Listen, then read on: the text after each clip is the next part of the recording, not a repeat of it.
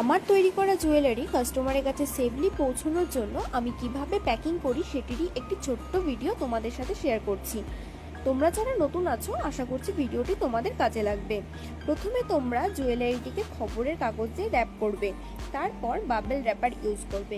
Bubble wrapper use করার আগে তোমরা দেখে নেবে যেদিকে বাবেল রয়েছে সেদিকটিকে সামনে রেখে র্যাপ করবে, তাতে জুয়েলারিগুলো ভাঙার সম্ভাবনা কম থাকে।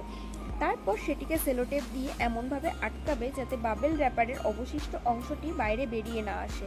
বক্সে জুয়েলারিগুলো রাখার আগে বাবেল র্যাপার দিয়ে নেবে, তারপর সুন্দরভাবে গুছিয়ে জুয়েলারিগুলোকে বক্সে রাখবে। বক্স আটকানোর আগে তোমরা আরও একবার বাবেল র্যাপার ইউজ করবে, তাতে কোনো চাপ পড়লে যাতে তোমাদের জুয়েলারিগুলো না ভাঙে। তারপর বক্সটিকে ভালোভাবে সেলোটেপ দিয়ে আটকে নেবে।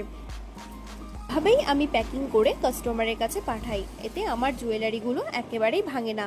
তোমাদের যাদের ভিডিওটা ভালো